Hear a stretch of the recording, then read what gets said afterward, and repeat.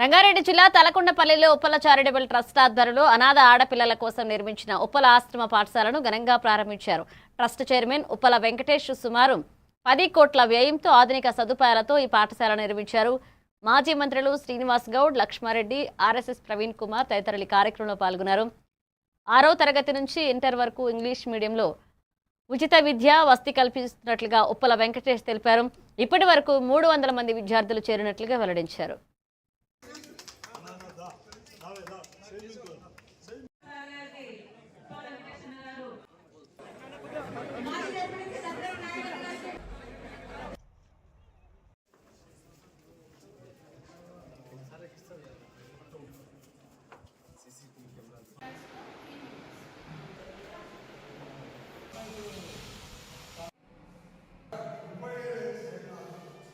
ఈ ప్రాంతంలో తెలంగాణ రాష్ట్రంలోనే మరి ముఖ్యంగా కల్వకుర్తి ప్రాంతంలో పేదవాళ్ళను ఆదుకునడంలో అందరికన్నా ముందుండే వ్యక్తి ఉప్పల వెంకటేష్ గారు. కానీ వారు చేసిన ఇన్ని కార్యక్రమాల్లో అన్నిటికన్నా గొప్ప కార్యక్రమం ఏంటయ్యా అంటే ఈ స్కూల్ ఏర్పాటు చేయడం.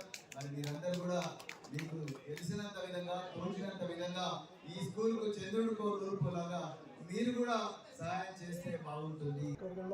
పరిసర ప్రాంతాలలో తెలంగాణ రాష్ట్రంలో అదర్ కాన్స్టిట్యున్సీ అదర్ డిస్ట్రిక్ట్లలో పేరెంట్లెస్ పిల్లలు ఎవరున్నా వాళ్ళని పంపించాలని కోరుతున్నాం. అదేవిధంగా కల్వకుర్తి నియోజకవర్గానికి సంబంధించి తల్లిదండ్రులు లేని పిల్లలు, సింగిల్ పేరెంట్ ఉన్న పిల్లలు, పేదరికంలో ఉన్న పిల్లల్ని తీసుకోవడం జరిగింది. ఇప్పటికీ ఒక 300 మంది అడ్మిషన్స్ అయినాయి. ఇంకా కూడా 100 సీట్ల వరకు మనకు బ్యాలెన్స్ ఉంది.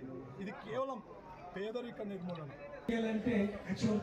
రాజకీయాలు లేని వాళ్ళకి మాత్రం ఈ సేవ చేస్తుంటే ఏముండవు కనుక ఈరోజు మరి చిన్నప్పటి నుంచి కూడా ఆయన చెప్తా ఉంటాడు, సేవ చేస్తుంటాడు, అందరికి భోజనాలు ఇస్తుంటాడు.